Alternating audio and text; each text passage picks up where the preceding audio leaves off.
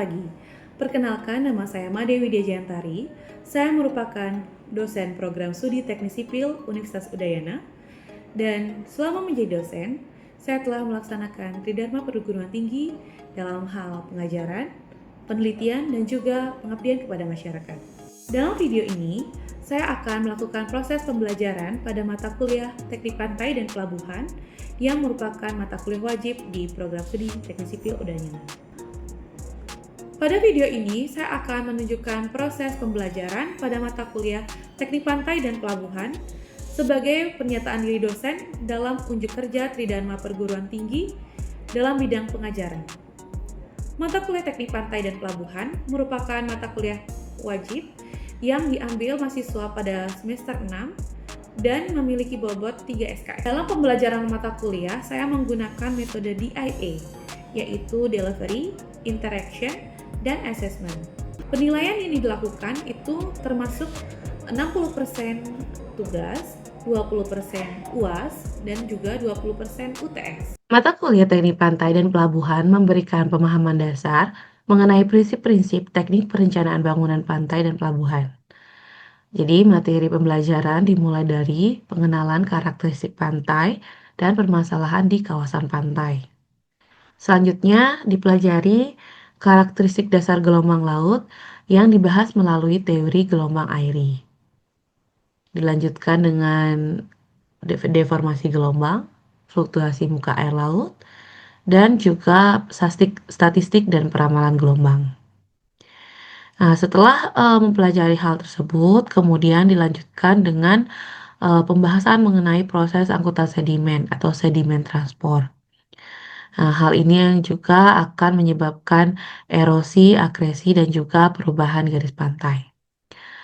Dan pada tahap akhir setelah UTS itu kita akan mempelajari lebih banyak mengenai pelabuhan, di mana yang akan dibahas yaitu adalah jenis-jenis pelabuhan, jenis kapal, karakteristik kapal, kemudian fasilitas pelabuhan, dan juga prinsip dasar dalam merancang tata letak layout pelabuhan serta perhitungan dari layout pelabuhan. Jadi diharapkan setelah mengikuti kuliah ini, mahasiswa akan bisa memiliki pemahaman mengenai perencanaan bangunan pantai dan juga pelabuhan. Adapun CPL yang dibebankan kepada mata kuliah ini itu ada dua, yaitu CPL 1 mengenai kemampuan menerapkan pengetahuan matematika dan ilmu pengetahuan alam serta teknologi informasi yang relevan pada teknik sipil. Nah, untuk mengetahui apakah CPL 1 itu sudah tercapai, itu ada dua indikasinya atau indikatornya. Yang pertama, indikator 1B, yaitu mahasiswa mampu mengaplikasikan ilmu dasar untuk memecahkan masalah teknik sipil. Kemudian yang kedua adalah indikator 1C, yaitu mampu memanfaatkan teknologi informasi dalam ruang lingkup keteknik sipilan.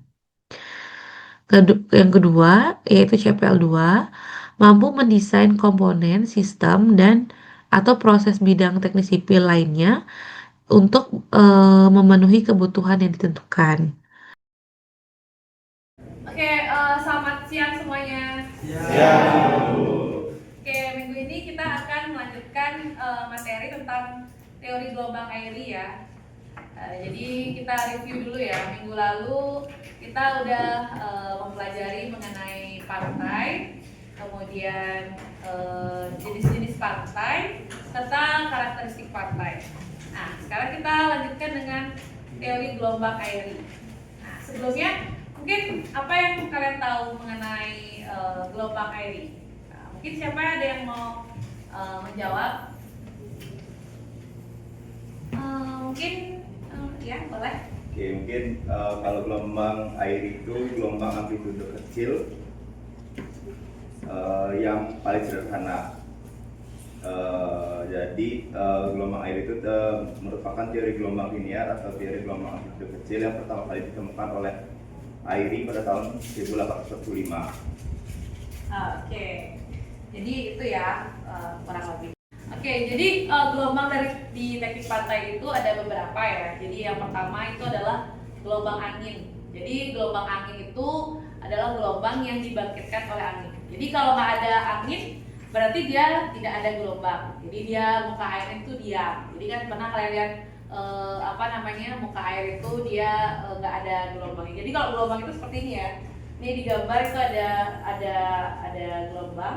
Jadi ada ini namanya, nanti kita akan belajar karakteristik gelombang. Ada lembahnya, ada puncaknya, seperti itu ya. Nah, kemudian ada juga pasang surut. Nah, kalau pasang surut ini itu dipengaruhi oleh benda-benda langit. Jadi yang ada gelombang tsunami. Nah, tapi kalau gelombang tsunami ini itu dia jarang terjadi. Jadi periode dia terjadinya itu sangat lama. Nah, jadi kalau nanti di teknik pantai itu ketika kita mendesain bangunan pengaman pantai itu kita jarang mengikutkan tinggi tsunami, karena nantinya jika kita menggunakan tinggi tsunami itu akan menyebabkan bangunan kita menjadi tinggi. Nah, jadi kalau bangunan tinggi itu biasanya akan berbiaya tinggi juga. Gitu. Jadi padahal belum tentu dia akan terjadi gitu. Nah, kemudian di dalam teknik pantai yang paling sering akan kita gunakan adalah gelombang angin. Nah, nanti kemudian untuk teori gelombang itu ada banyak ya. Namun dalam teknik pantai kita menggunakan teori gelombang airi karena itu adalah gelombang amplitudo kecil dan linier. Jadi dia lebih gampang untuk dijadikan pendekatan. Nah, ini dia kita bisa lihat bahwa ini adalah karakteristik gelombang dari teori gelombang airi. Jadi di sini, saya lihatkan pointernya. Nah, di dalam teori gelombang airi itu ada beberapa notasi-notasi seperti D. Ini D ya. Jadi yang garis putus-putus ini itu adalah muka air diam. Jadi pada saat tidak ada gelombang itu sesuai dengan kedalaman laut. Jadi D itu adalah muka air rata dari muka air diam atau still water record. Kemudian ada H. Nah, ini H. Jadi sebenarnya gelombang itu dia itu pada saat ada angin kemudian membangkitkan gelombang, itu dia akan terjadi puncak dan lembah seperti ini. Gelombang itu ini adalah laut ya. Ini laut, kemudian ini pantai. Nah, ini laut ceritanya ya. Di pantainya. Nah, gelombang itu dia menjalar. Nah, ada naik dan turunnya. Dia membentuk yang namanya sinusoidal. Jadi dia mengikuti grafik sinus ya. Ada yang namanya H ya. Jadi H itu dihitungnya adalah dari puncak tertinggi dari gelombang sampai ke lembah dari gelombang. Nah, ini lembahnya. Jadi H itu adalah tinggi gelombang, H besar. Kemudian selain ada H, ada L. Jadi L itu dihitung ke arah horizontal ya. Nih L.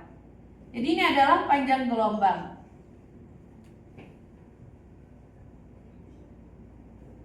Nah, jadi panjang gelombang itu kita hitung dari puncak-puncak atau lembah-lembah gitu ya.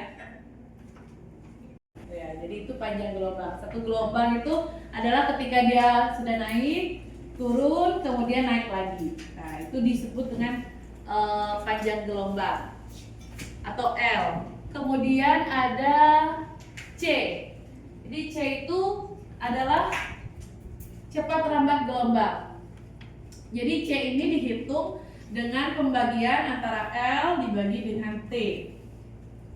Jadi L ini adalah panjang gelombang. Nah, yang T itu adalah periode ya. Nah, itu ya. Jadi itu C. Terus lagi satu ada yang gambarnya N. Apa itu dibacanya? N. Eta ya, eta. Jadi itu eta itu adalah fluktuasi muka air. Jadi dia ada dengan fungsi x, t. Jadi x itu adalah jarak tertentu, kemudian t itu adalah waktu tertentu. Jadi di jarak tertentu dan waktu tertentu dia ada di elevasi berapa. Itulah namanya eta atau fluktuasi muka air. Nah, kemudian untuk menghitung itu gelombang akan diklasifikasikan menjadi 3. Jadi ada yang namanya di laut dangkal, di mana D per L-nya itu adalah lebih kecil dari 1/20. Artinya misalnya kedalamannya 10 misalnya. D per L-nya itu kurang dari 1/20. 1/20 itu berapa? 1/20 berapa? 0,05. Oke. Jadi misalnya kalau D-nya 20 meter, L-nya berapa? Anggaplah kita sama dengan aja 0,05. Berapa L-nya? Berapa? L-nya berapa? L-nya berapa? D per L 400 ya. Jadi L sama dengan 20 dibagi sama 0,05. 2000 dibagi 5 ya. 400. Berarti dia panjang gelombangnya, kalau dia kedalamannya sampai dengan 20 meter, jika dia termasuk dari gelombang di laut dangkal, maka panjang gelombangnya itu mencapai 400 meter. Jadi ini antara perbandingan antara kedalaman dengan panjang gelombang. Oke, itu ya. Nah, setelah itu ada gelombang di laut transisi dan juga di laut dalam. Itu kalau yang transisi di antara 1/20 sampai 1/2, dan kalau yang di laut dalam itu lebih besar daripada setengah ya. Nah, kemudian setelah kita bisa mengklasifikasikan gelombang itu di laut dalam, laut dangkal, nah kemudian untuk kedepannya kita bisa menghitung gelombang di laut dangkal dari persamaan di gelombang di laut dalam ya. Ini adalah persamaannya, ada 2, C0 sama dengan GT kuadrat per 2Pi. Jadi kalau ada 0 itu berarti artinya dia di laut dalam. Nah, kalau misalnya dia nggak ada 0-nya itu di laut dangkal. Kemudian ini persamaan di laut dangkalnya. Nah, kemudian namun yang persamaan 3 ini itu susah untuk dicari secara eksplisit. Artinya langsung kita cari itu kan nggak bisa, karena di situ kita bisa lihat bahwa L-nya ada 2 di depannya dan di belakangnya. Jadi artinya ketika L-nya 5 di sini, L di situ juga harus sama dengan 5. Jadi kita harus mencarinya dengan cara iterasi gitu ya. Jadi kita mencoba terus memasukkan L-nya agar L di sini dan L di sini itu sama. Nah, kemudian untuk mempermudah itu kita bisa menggunakan tabel ini ya. Nah, ini bisa kita dapatkan juga dari bukunya Pak Bambang Triatmojo ya. Jadi itu ada hubungan antara D per L0 sampai D per L. Kemudian nanti kita bisa coba ya contoh soalnya waktu ya. Nah ini, misalnya ada gelombang dengan periode 10 detik. Jadi periode itu adalah tadi apa? T besar ya. Jadi periode 10 detik dengan kedalaman 30 meter. Kedalaman itu apa tadi? D. Oke, dan yang terakhir adalah cepat rambat gelombang atau C-nya ya. Nah, pertama kita lakukan mencari L0. Ini tadi menggunakan rumus yang tadi. Didapat besarannya adalah 156 meter. Nah, kemudian kita mencari pada kedalaman 30. Ini kan kita tadi seperti tadi saya jelaskan bahwa kita harus melakukan iterasi. Nah, untuk mempermudah kita menggunakan tabel. Nah, ini kita cari, kan D per L0 nya adalah 0,1923. Jadi kita cari di sini itu yang di antara 0,920 dan 930 nih ya. Jadi kita lakukan yang namanya interpolasi. Ini didapat panjang gelombangnya sekian, kemudian cepat ramatnya sekian. Jadi nanti setelah kita dapat D per L0 nya, kita dapat D per L nya. Nah itu ya. Jadi setelah dapat L, kita cari cari C, dan didapat untuk yang C dan L di kedalaman 30. Nah, coba sekarang kalian kerjakan. Nah, coba kalian coba ya. Jadi soalnya adalah satu gelombang dengan periode 12 detik terjadi di laut dengan kedalaman 40 meter. Nah, coba kalian hitung panjang dan cepat rambat gelombang. Coba hitung.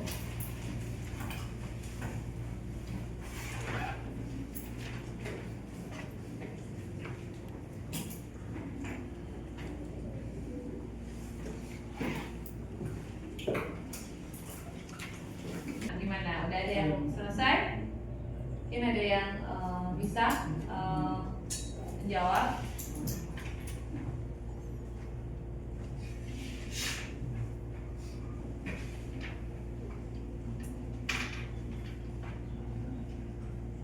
Oh ya, oke, coba.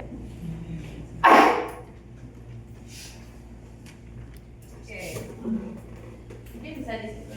Nanti sulit.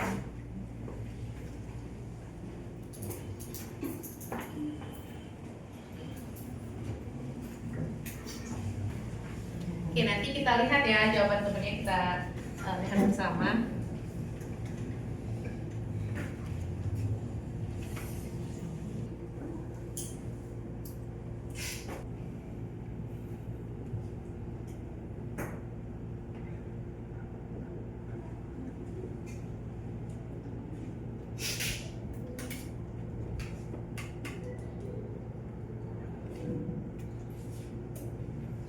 Oke, udah dapat ya. Mungkin bisa dibantu temannya untuk dijelaskan.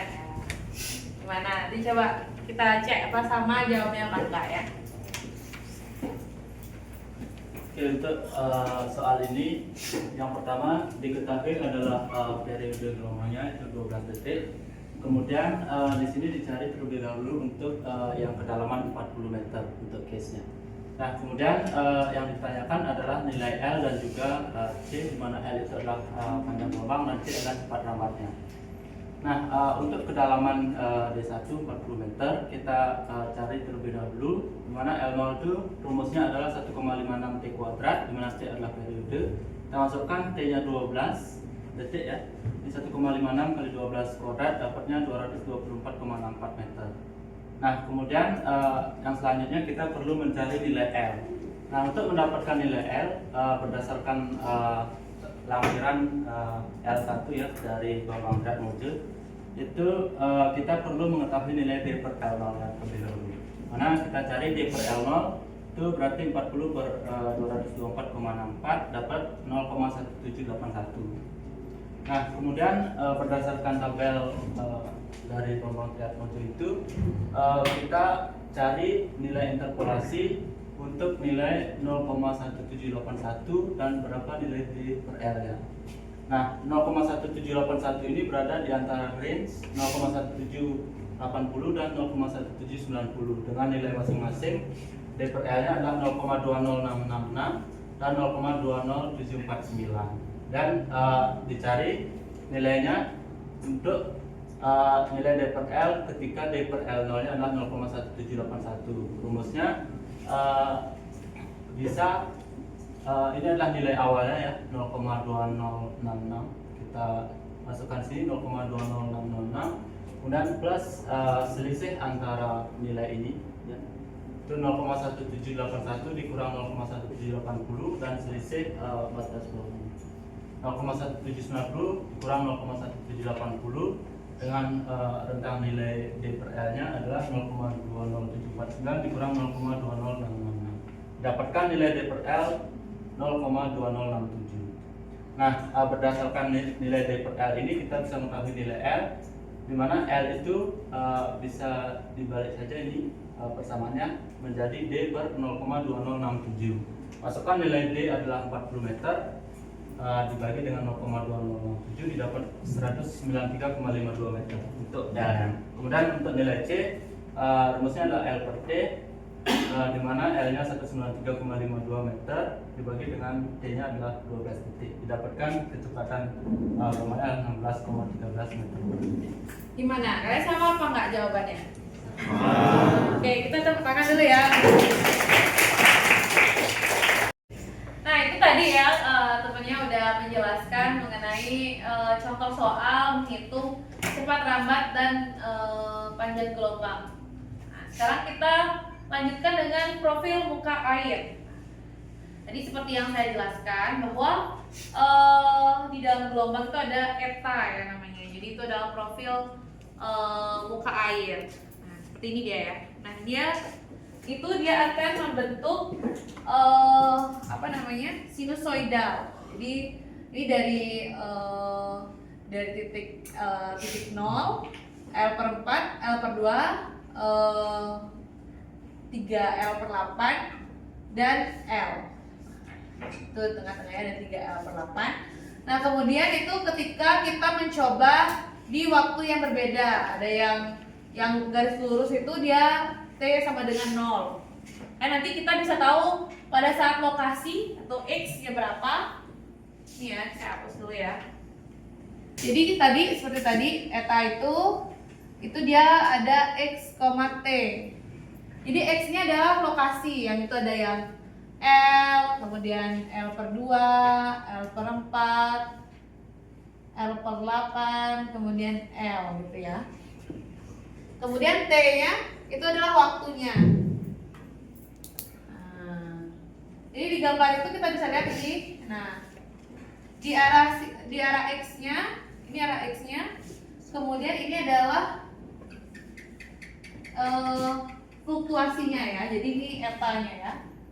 Nah, kemudian kita bisa mencoba untuk beberapa waktu, misalnya itu T0, misalnya T0. Nah, dia gambarnya yang lurus. Nih ya, kalau dilihat di sini, tuh ini gambarnya yang lurus ya. Nih, jadi pada saat dia 0 untuk T1 dia etanya 1 meter di 1 meter. Profil muka air itu kita bisa menggunakan rumus ini ya. Eta sama dengan A cos Kx min sigma T. Jadi tahu A itu apa? Coba cari dulu. A itu apa? Amplitudo, iya betul. Kalau K? Angka gelombang. Angka gelombang. Apa rumusnya? 2pi per L. 2pi per L. Kemudian Frekuensi gelombang. dan X T-nya apa? X sama T. X posisi, T-nya waktu. Oke. Nah, ini jadi itu rumus profil muka air itu adalah eta sama dengan A cos KT dikurang dengan sigma T ya. Nah, coba kalian sekarang hitung berapakah fluktuasi muka air dengan periode gelombang 2, kemudian tinggi gelombang 4 meter. Hitung eta untuk X sama dengan 0 sama X sama dengan 3 untuk waktu 2 detik. Coba dikerjakan dulu.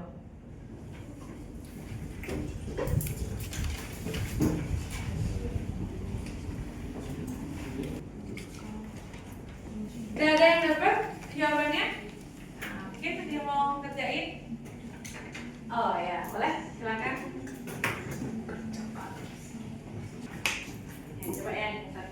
satu dulu ya. X-nya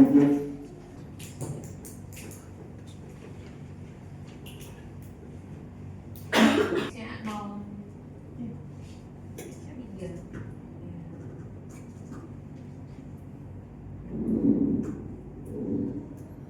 Coba dicek ya. Coba dijelasin sama teman-teman gimana ya. Untuk yang di 0,2 pertama kita bisa nyari nilai K-nya itu dengan rumus 2pi dikali L. Untuk pi sendiri ini kita masukkan nilai 180 karena dia cos, jadi kita mendapatkan K-nya itu di 30. Terus kita masuk ke sigmanya, dia itu 2pi dibagi T.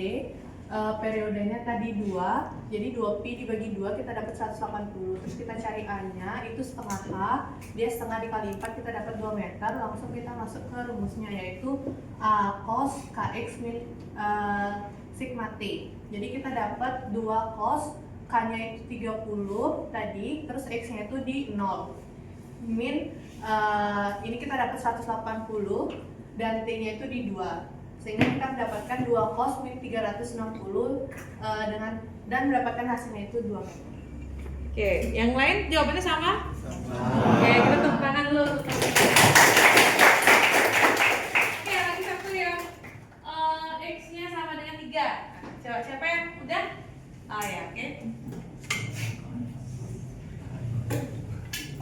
Sigmanya harusnya sama ya.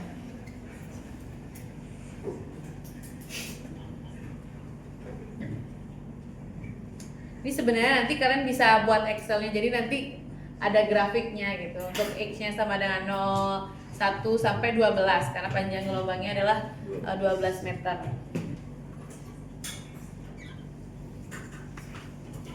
Oke. Nah, coba sekarang bisa dijelasin juga yang mananya dirubah.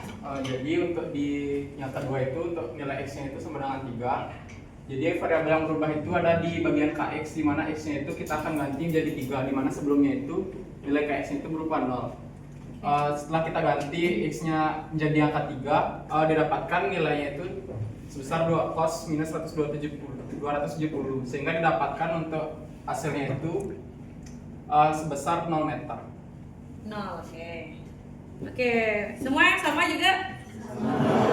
Oke, kita tepuk tangan juga ya. Oke, jadi tadi itu ya, kita udah bisa menghitung fluktuasi muka air dan juga kecepatan dan percepatan gelombang. Nah, jadi untuk tugas ya, jadi kalian coba di rumah. Jadi tugasnya adalah kalian hitung gelombang dengan periode 10 detik, kedalaman 30 meter. Kalian cari panjang dan cepat rambat gelombang di kedalaman 6 meter. Nah, jadi kalian tulis tangan, kemudian dikumpulkan di oase ya. Nah, coba ya. Ini saya udah buka oasenya. Jadi nanti kalian kumpulkan di minggu ke-15 ya. Nah, jadi nanti kalian kumpulkan kalian scan, kalian tulis tangan, kemudian kalian scan. Nah, itu ya. Mungkin itu aja untuk hari ini. Kira-kira sebelum itu ada pertanyaan? Ada pertanyaan? Tidak. Oke, kalau nggak ada, mungkin kita cukupkan ya. Selamat siang. Ya.